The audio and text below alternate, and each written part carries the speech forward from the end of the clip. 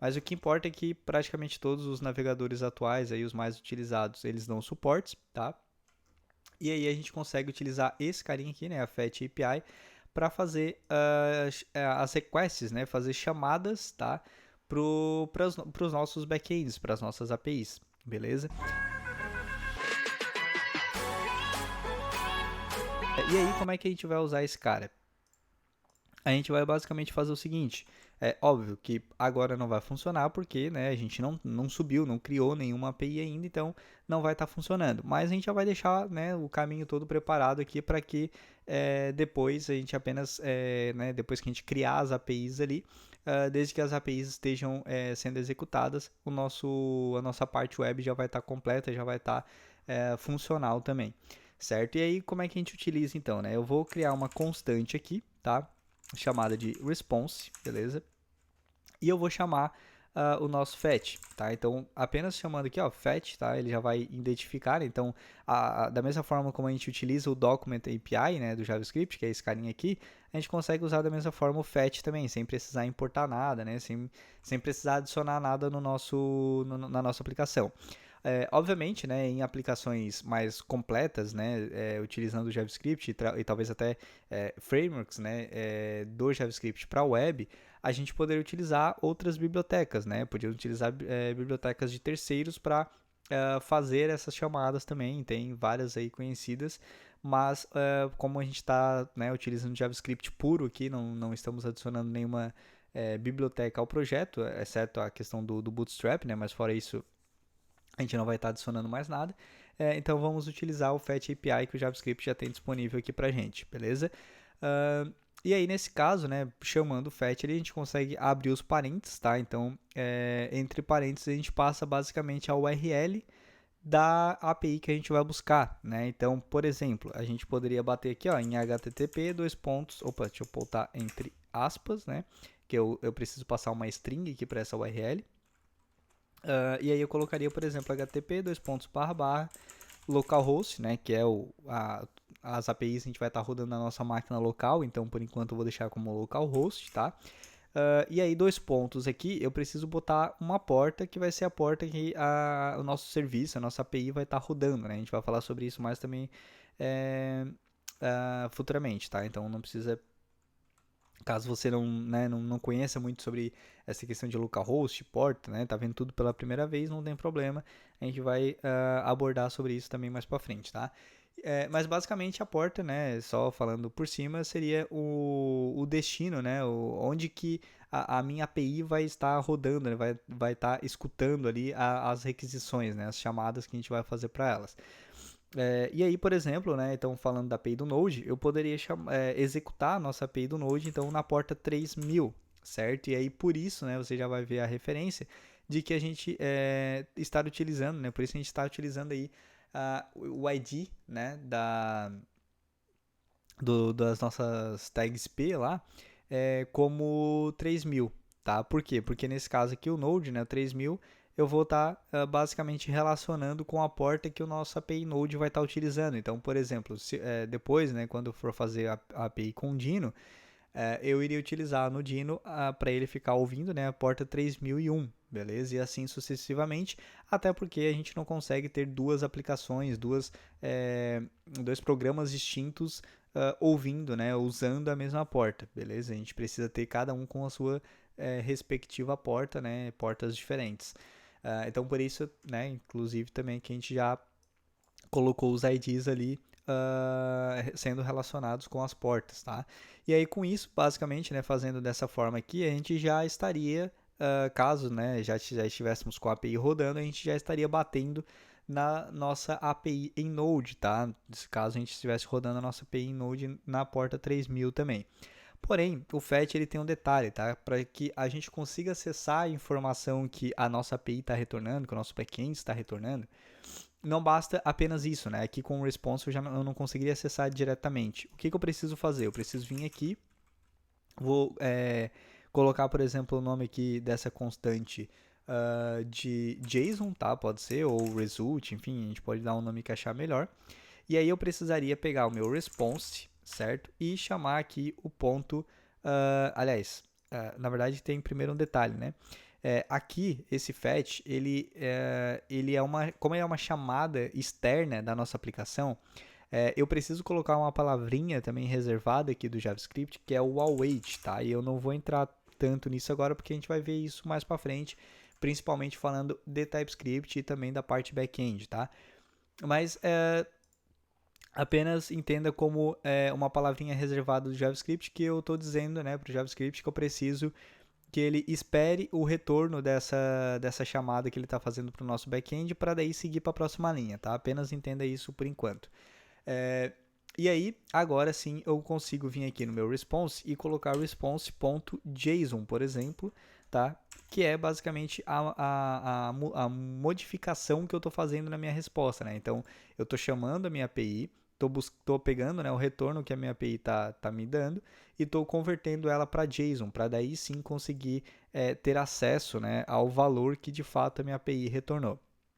Porém, esse JSON aqui, ele também ele me pede, né, que eu utilize essa palavrinha, né, esse await aqui na frente, porque ele também é algo feito de maneira que a gente chama de maneira assíncrona, né? Ele precisa de um tempo aqui, ele precisa esperar que essa conversão seja feita, tá? Eu preciso que o JavaScript espere que essa conversão seja feita para daí seguir para a próxima linha. Então, da mesma forma que a gente precisa usar o await para fazer o fetch, né, para chamar o fetch, a gente precisa usar o await para converter para JSON também a resposta da API, beleza? E aí agora sim, aqui dentro do JSON, a gente já teria o retorno da nossa API, tá? E aí eu já vou, né, deixar especificado que a nossa API precisa retornar então um objeto JSON, né? A gente vai falar sobre isso mais para frente também, mas por enquanto só o que você precisa saber é que o retorno aqui vai ser algo mais ou menos nesse sentido. A gente vai acessar JSON, certo? Ponto .message, beleza? E aí aqui dentro de message é onde deve, né? Onde deverá estar esse texto aqui, essa mensagem aqui, beleza? Então, o que a gente vai fazer aqui para poder facilitar, né? Esse cara aqui, a gente pegaria ele e colocaria aqui, beleza? Então, é o retorno que vai estar vindo da nossa API. E aí, por que, né? Continuando, o porquê de a gente colocar isso? Não só por ter relação à porta, mas tem um segundo motivo também. Se a gente fosse, né, fazer dessa maneira aqui, a gente precisaria ter, né, na verdade a gente vai precisar ter uma chamada para cada API, certo? Então, desde que cada API nossa aqui, ela vai estar sendo, cada card desse aqui, né, vai ser uma API diferente, então a gente teria que ter uma configuração, né, dessas aqui, essas 3 linhas basicamente, para cada API que a gente for fazer. Então, por exemplo, a gente teria esse cara aqui para o Node, teria que vir aqui, replicar ele e fazer, botar aqui, por exemplo, response 2 e JSON 2, só para ele não reclamar aqui de ter constantes com o mesmo nome, né? E aí, da mesma forma, a gente viria aqui, chamaria a API que está rodando na porta 3000, pegaria o nosso elemento, né, pelo ID 3001 e pegando a nossa API que está rodando na porta 3001, que seria, no caso, o Dino, né? E pegaria aqui também o JSON, nesse caso aqui agora o JSON 2, né? JSON 2.message, tá? Então, e aí a gente poderia, né, fazer dessa forma, só que a gente ficaria replicando códigos, né? A gente apenas mudaria aqui o nome das constantes, basicamente, e a porta, né, que a gente vai estar utilizando. Então, para que a gente não precise ficar replicando tudo isso aqui, o que eu vou fazer, tá? Eu vou, e aí por isso, né, que eu defini os IDs das nossos P's lá de acordo com as portas dos serviços, né, das APIs que a gente vai estar utilizando, para poder facilitar a nossa vida quanto a isso, né, para poder facilitar esse nosso caso aqui de não precisar ficar replicando muito código, tá? Então, basicamente, o que eu poderia fazer aqui é o seguinte: eu posso utilizar o for, tá? Novamente, né? Não vou entrar a fundo nisso aqui, tá? Isso aqui a gente vai falar mais especificamente nos vídeos, né, sobre o TypeScript, por exemplo, tá? Vou fazer aqui, né, for let i igual a 3000, tá? Vou começar ele com 3000 e vou pedir para ele ser executado até que i seja menor ou igual que, por exemplo, 3011, beleza?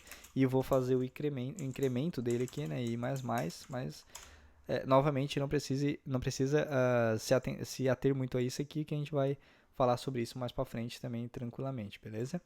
Vou jogar esse carinha aqui para dentro.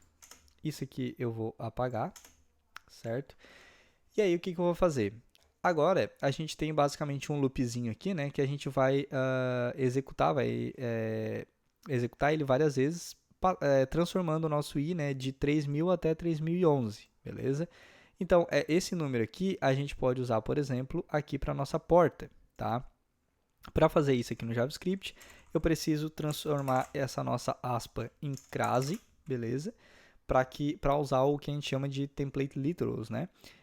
E aí aqui no lugar do 3000 a gente utiliza o cifrão e abre e fecha parênteses, tá? E aí dessa forma, quando eu tenho um texto, né, utilizando crase ao invés de aspas, e eu tenho essa sintaxe aqui, ó, de cifrão e abrindo e fechando chaves, aliás, tudo que eu coloco dentro dela é código, ele entende como código JavaScript realmente, tá? E não apenas um texto qualquer. Então eu poderia, por exemplo, jogar aqui o meu i, que seria a variável aqui que ele vai estar percorrendo, né? Não percorrendo, na verdade, que ele vai estar incrementando, né? Então, ele vai rodar de 3000 até 3011, incrementando o nosso valor de i, e esse valor a gente vai utilizar ele aqui, certo? E aí, dessa forma, o que acontece, né? Quando eu for executar a primeira vez, o meu i vai ter o valor de 3000, então eu vou estar chamando a API na porta 3000, tá? E aí, aqui ó, no getElementById, em vez de passar o 3000 fixo, eu passo também o valor do meu i, que na primeira vez, consequentemente, vai ser 3000 também, beleza? Então, dessa forma, né, com essa simples abordagem aqui de utilizar o elemento pelo ID e o ID, no caso, sendo o mesmo que a gente está utilizando na porta, a gente consegue colocar essas três linhas dentro de um loop, né, dentro de um for, e automaticamente a gente tem o nosso problema resolvido, né? A gente vai ter todas as chamadas para as nossas APIs funcionando tranquilamente, né, sem precisar ficar replicando o código, beleza? Então ele vai rodar aqui 3000, vai chamar a API que estiver rodando na porta 3000 e jogar o retorno dessa API para o elemento, né, que tiver o ID 3000. Depois ele vai incrementar, né, vai aumentar para 3001, vai fazer a mesma coisa, né, para a API 3001 e para o elemento também que tem o ID 3001 e assim sucessivamente, tá? E aí eu botei aqui 3011 porque é basicamente a quantidade de APIs que a gente vai ter, né? Então a gente tem aqui, ó, desde o 3000 aqui em cima, né, até o 3011, que é o último aqui embaixo, que será a nossa API com C Sharp, né? A nossa API .NET, beleza? Então nesse caso a gente já tem esse problema resolvido. Porém, eu preciso que, se eu apenas deixar aqui dessa forma, né, não vai funcionar muito bem. Por quê? Porque lembra que eu tenho aqui esse await, né? E tem um detalhezinho, tá? Também que eu não vou novamente entrar a fundo aqui, mas só para que o nosso front, né, a nossa aplicação web aqui já fique ok, eu vou fazer aqui para que a gente não tenha problema depois. Mas basicamente o que a gente precisa fazer é, quando eu tenho esse await, né, essa palavrinha await que eu falei aqui antes, eu não posso simplesmente chegar e usar ela assim do nada, né? Quando eu tenho essa palavrinha aqui, eu preciso que esse meu código esteja dentro de um bloco, né, dentro de uma função, por exemplo, que esteja executando de uma forma assíncrona, né? E para isso eu preciso utilizar uma outra palavrinha reservada do JavaScript, que é o async, tá? Essa palavrinha aqui, ó. Então, inclusive é o que a gente chama de async await, né? Porque justamente essas duas precisam estar juntas, né? Eu preciso utilizar o await, então quer dizer que eu preciso ter esse meu código dentro de uma função que esteja utilizando esse async aqui, tá? E para fazer isso, basicamente eu posso fazer um async, abrir aqui os parênteses, né? Abrir e fechar parênteses, colocar o sinal de igual e o sinal de maior que, né? Que é o que a gente chama de arrow function, tá? E abrir e fechar chaves, tá? E aí eu vou jogar esse meu for para dentro desse meu bloco aqui das chaves, tá?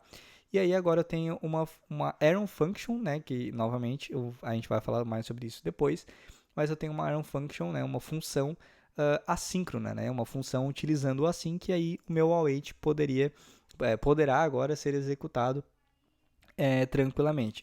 Porém, para que essa minha função seja de fato executada quando a gente acessar a nossa página web, né, quando a nossa aplicação web for executada, for renderizada, para que ela seja executada, a gente precisa chamar ela, tá? Só que eu não estou dando nenhum nome, nem nada assim. Poderia, né, nomear essa função, chamar ela depois, tal.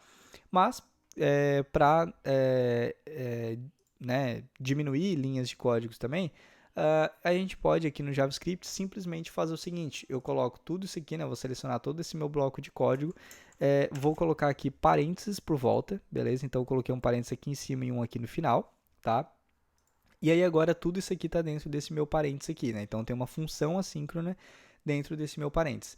E aí, como ele é uma função anônima, né? Uma função que não tem nome, não está nomeada, eu posso executar essa função ao mesmo tempo em que ela está sendo declarada. Então aqui eu estou declarando ela, e se eu coloco um abre e fecha parênteses de novo aqui no final, significa que eu estou executando a função que eu acabei de declarar. Beleza? Então, dessa forma, a gente consegue executar a nossa função logo que ela é declarada, né? Então, assim que ela é declarada, a gente já executa, e aí, consequentemente, a gente consegue também, claro, né? Depois que as nossas APIs estiverem rodando, a gente vai conseguir acessar os valores delas para preencher o nosso HTML. Beleza? Então, por hoje era basicamente isso. Bom, então por hoje era isso, a gente fica por aqui. Se você curtiu o vídeo, não esquece de deixar o seu like aí para fortalecer o canal, beleza? E se não for inscrito ainda, também ativa, se inscreve, né? E ativa o sininho para ficar por dentro aí, né, ter notificações aí dos vídeos novos, né? Porque, como você viu, a gente ficou um tempinho aí sem conseguir postar vídeos, né? Então, né, não necessariamente toda semana vai ser possível ter um vídeo novo, então é interessante você estar, né, com o sininho ativado para ser notificado quando de fato houver vídeos novos, né, novos conteúdos aí no canal. E a gente se vê no nosso próximo vídeo.